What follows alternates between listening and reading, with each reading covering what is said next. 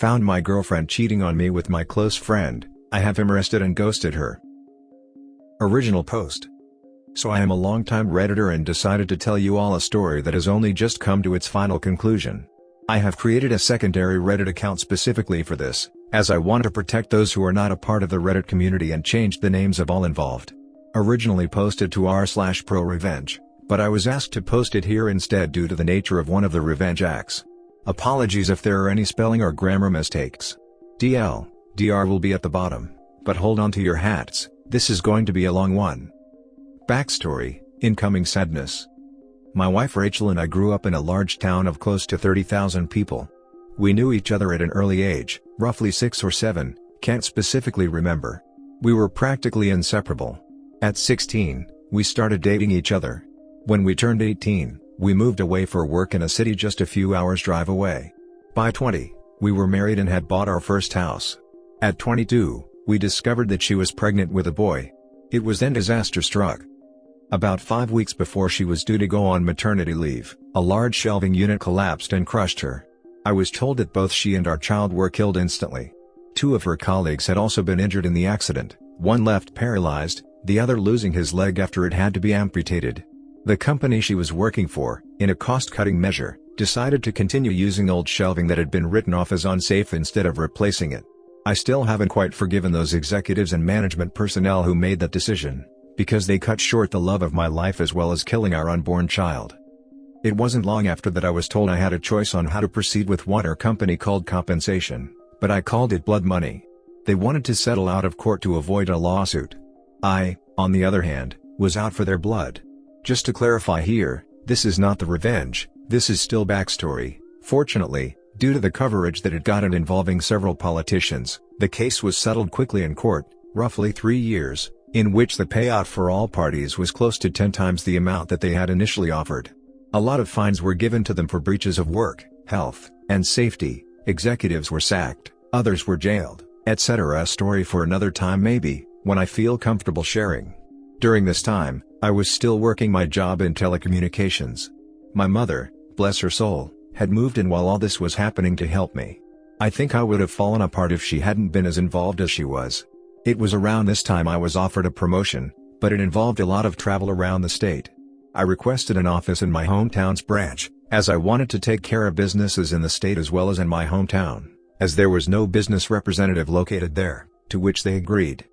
After a few months, we settled into a routine of 1 to 2 weeks in the city office, 1 week in my hometown, and 1 to 2 weeks visiting the rest of the state. After a year, I decided to buy a house in my hometown so I didn't have to stay at my parents' place every time I was home and so I could come and go as I pleased. This is important for later in the story. It is about 4 years later that our story begins. Sorry if the backstory was a bit long. I had just returned from one of my trips on Friday and was checking in some stuff at my office when Harry, the branch's managing director, walked in. We had grown up together also, but had gone to different schools, and since coming back had developed a very close friendship. He asked how things were, and then asked me if I wanted to come to a house party that he was having that evening. Short notice and all, but I said yes. I felt like a few drinks with friends were in order. It was there that Harry introduced me to Catherine. She was a new hire at the branch where my hometown's office was located and was getting to know everyone, being new in town. We hit it off immediately. As much of a cliché as it sounds, it was almost as if Rachel was in front of me instead of Catherine. I won't bore you too much with the details, but after 2 years of dating, we decided to take the next step and she moved into my hometown house. Everything up to this point had been going really well. Catherine and my parents got along, and Rachel's parents also approved and were happy that someone could make me just as happy as Rachel had done. All was going well for close to a year when things began to change. Skype sessions were cut short suddenly. Neighbors would tell me about how a car, described to me like it was Harry's, was always seen parked in the back alley near my house whenever I was away, and some clothes that weren't mine were in my wardrobe. All signs pointed to her cheating, but she said that nothing was happening. She said that Harry would come over occasionally to discuss business, etc., but never stayed the night. I chalked it up to me being paranoid and continued on as if nothing was wrong, but there was always this feeling that something wasn't right. It was close to 6 months after that when I discovered that she had been lying to me. I had just finished closing a rather large contract with a new company, and negotiations had wrapped up earlier than I had anticipated. So instead of sticking around for the next few days, I decided to pay for an early flight home and surprise everyone. Fast forward a few hours and I drove into my hometown and down the alley behind my house so that I could get into the house without being seen and surprise Catherine. Some part of me was curious, however, as to whether this mystery car was there. Sure enough, there was a car blocking the back entrance gate. I was confused for a moment, wondering if it had just been a neglectful neighbor parking, only to realize that it was indeed Harry's car. If it hadn't been for the high hedge line that I had put in a few years back for privacy, I may very well have driven past my own place. Pulling up behind his car, I got out and thought it was strange that he was there so late, as she claimed that he always had left by now. As I approached the back of the house, I saw something that made my stomach drop. In my kitchen, Catherine and Harry were going at it hammer and tong. I froze. Time stopped. There was my close friend, having sex on my kitchen bench with my girlfriend. I didn't know what to do. So many questions were running through my head. Was this real or was I dreaming? Why were they having sex in my house? Feeling defeated, I turned and left without them seeing me. I sat in my car for what felt like an eternity. I was crying hard. But the sadness quickly turned into anger, the same kind of anger I felt towards those responsible for Rachel's death. I wanted to hurt them. Badly. As a pacifist, I don't believe in violence. It was then I knew I was going to punish them and destroy their lives. And what better time to start than now? I moved my car back up the alley, far enough away from my driveway that I could still see Harry's car, and then walked back to the gate where I could see into the house, and called her phone. They were still going for it when it rang. They both looked at the caller ID and did a double take when my name came up. I could see that she was considering answering it, and they let it ring out. After a few moments, they were back into it again, and I dialed once again. This time she did answer. As she was answering, I hung up and made my way back to my car. As soon as I did, she called me back. She asked why I was calling as late as I was, and I told her that I was about 10 minutes from home and didn't want to scare her coming in. She, obviously, was shocked and acted happy that I was coming, and the call ended very quickly after she said she was going to get up and get changed into something. I said bye and hung up. A few moments later, Harry came peeling through the gate and, still half naked, jumped into his car and took off like a bat out of hell. I smiled a little, knowing the fear that both of them would be feeling from being so close to being caught. I waited a few moments before turning my car into the same place Harry had been moments earlier. The night was fairly uneventful afterwards, and it wasn't until after she was asleep that I got up and went to my office down the hall. I couldn't sleep. I needed to plan. And plan I did. The revenge. My mother always taught me to be a pacifist and to allow cosmic karma to take its course. But on this occasion, I decided that karma could use a helping hand. I decided to punish them separately but destroy both of them. I knew that Harry had a drug habit.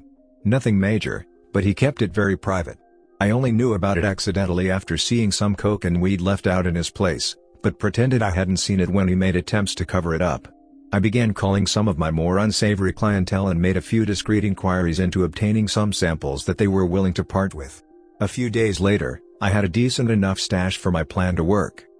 About a month later, I had friends, including Harry, around for a barbecue night. After making sure that I sufficiently liquored up Harry, I told him to stay the night and sleep it off. In the early hours of that morning, I took the drugs, and an assortment of my personal belongings, and placed them at various places around his car, with the biggest stash in his tire well.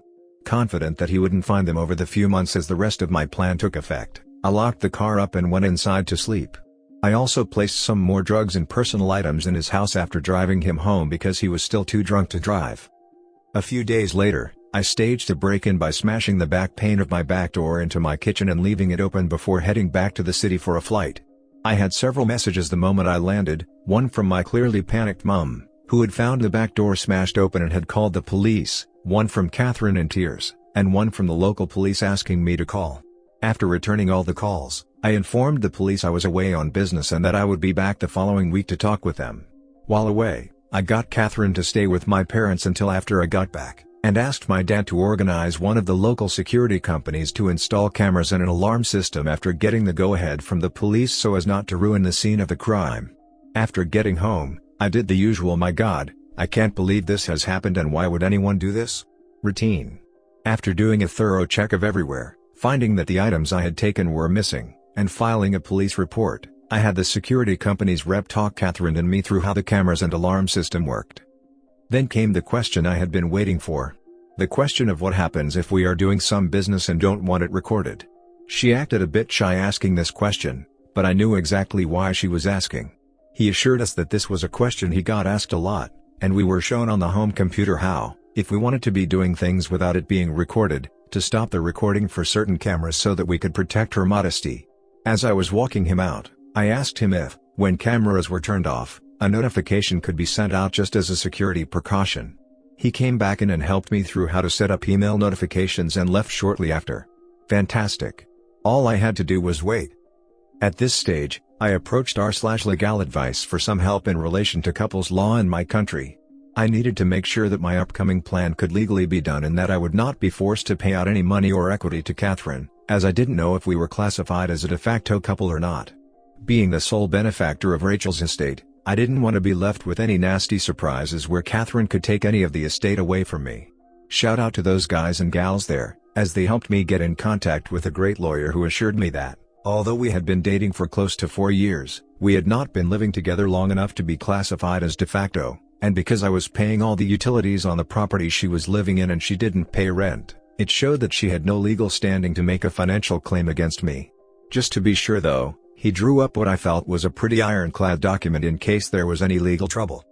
The following week, my work approached me and offered me a promotion to move back to the city and run the team that I was a part of, meaning I wouldn't need to travel as often and would be in one location. Due to the success of being located in my hometown, they were considering having 3 to 5 representatives spend 1 to 2 weeks in the larger surrounding towns, including my hometown, as part of my team.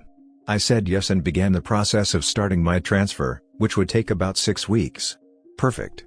More than enough time to gather all my evidence.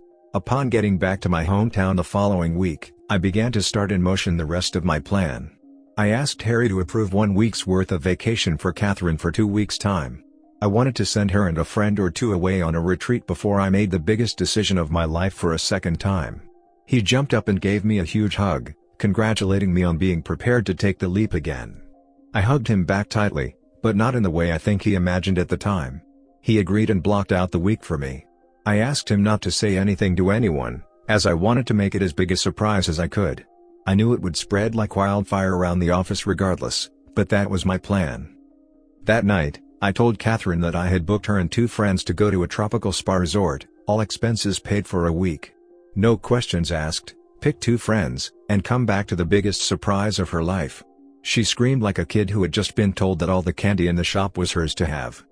I then told her that the following week, I was going to spend it in the city, preparing for a large client who was one of my biggest accounts, and needed some people in my team to help before flying out the following week.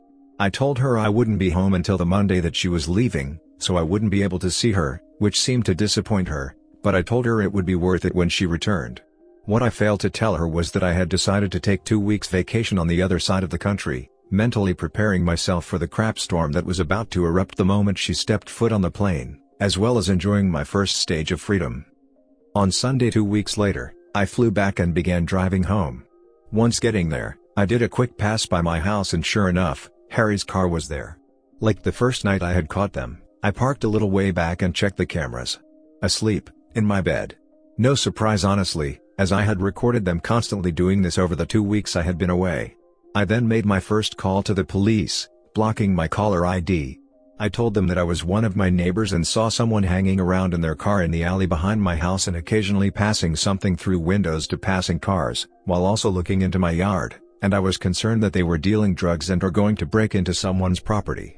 I gave them his license plate and description. They said they would have someone there in a few minutes, so I thanked them and hung up. I then called Catherine and told her I was about 10 minutes from home, and that I knew she was flying out tomorrow but desperately wanted to surprise her. Looking back at the footage now, I laugh at the commotion that I'm surprised I didn't hear. In a few short seconds, Harry was half dressed and flying out the back door to his car.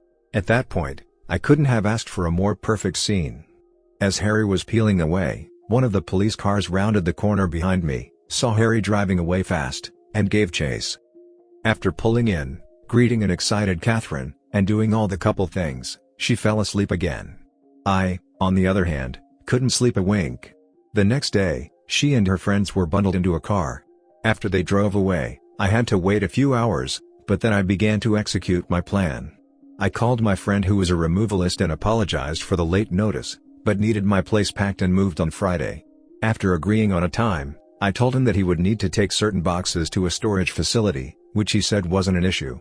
Then I began packing Catherine's belongings.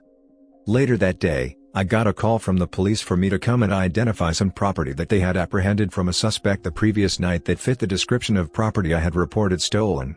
I grinned to myself, happy that my plan for Harry had grown to fruition, and replied that I would be there shortly to collect it.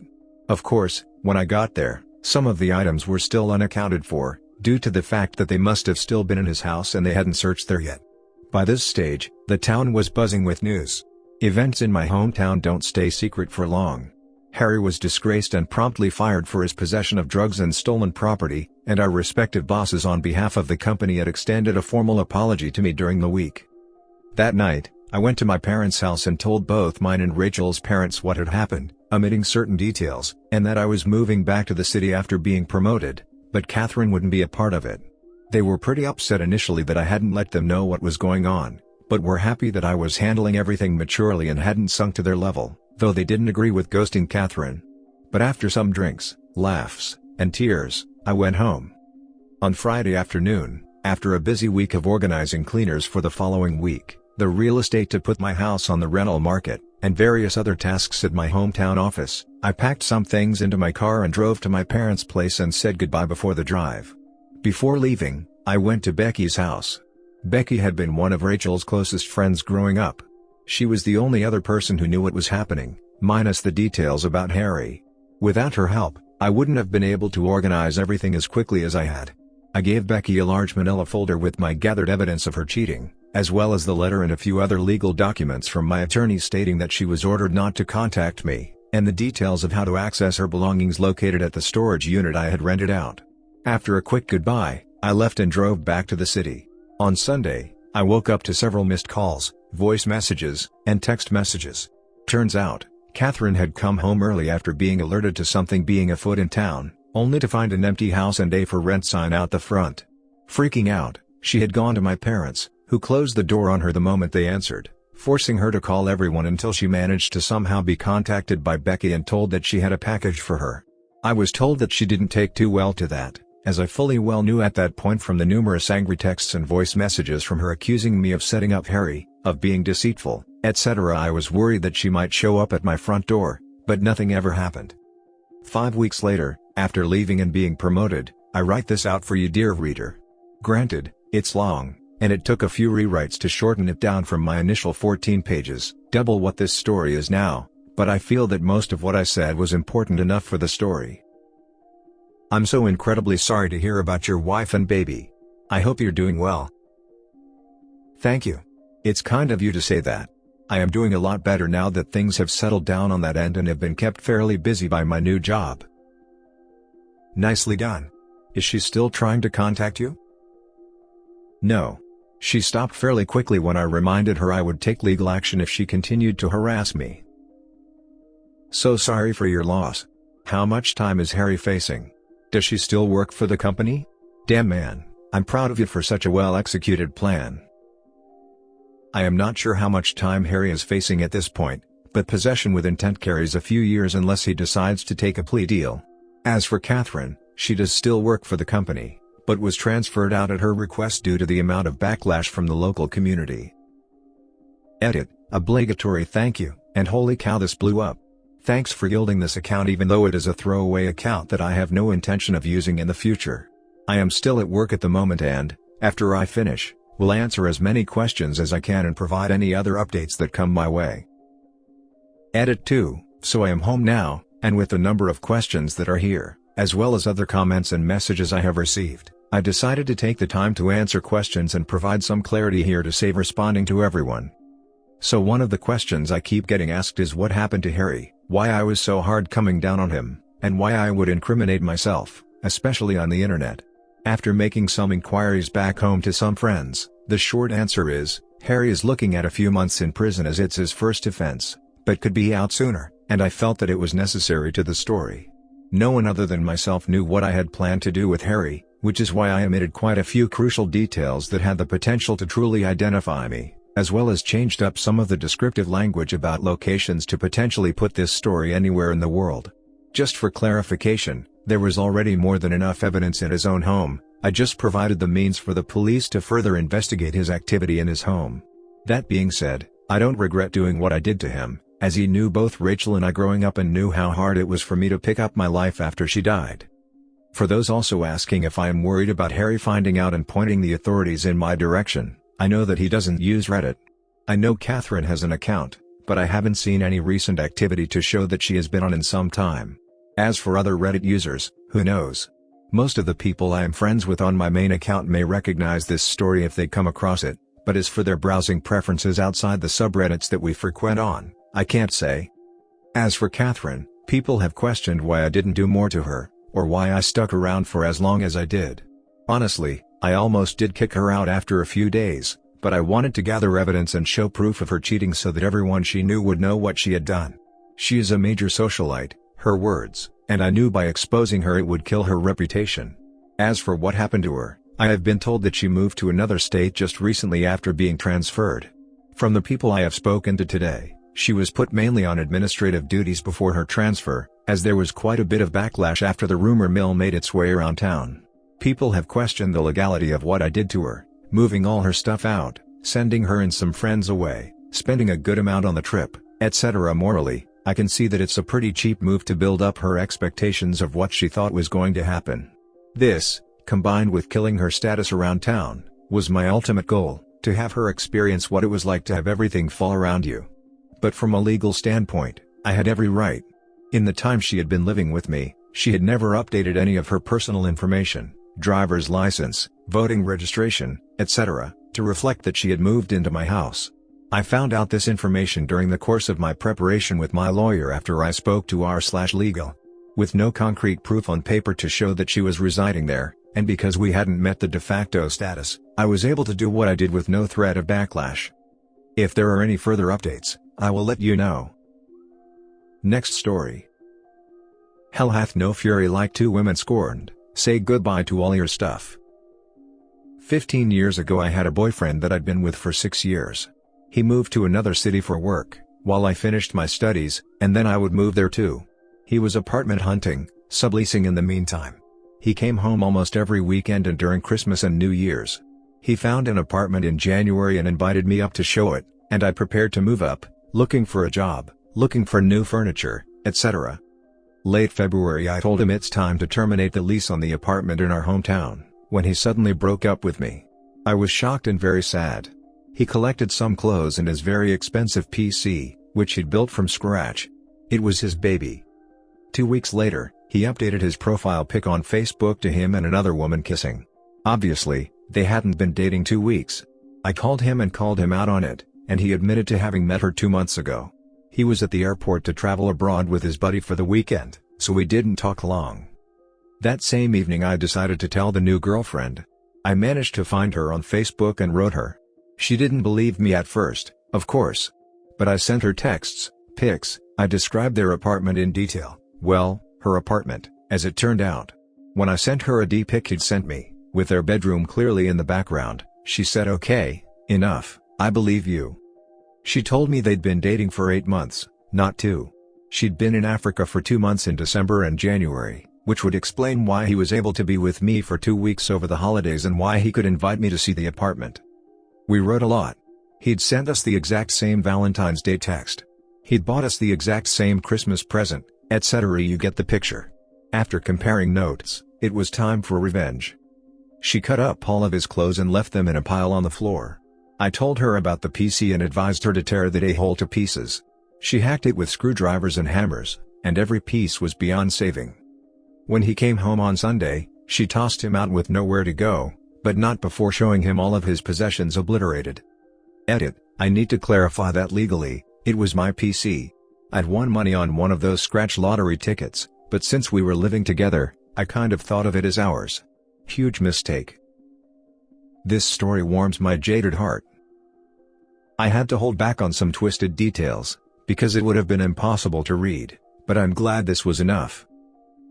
Well, if the other woman was really unaware of your ex's shenanigans, then you have saved a sister.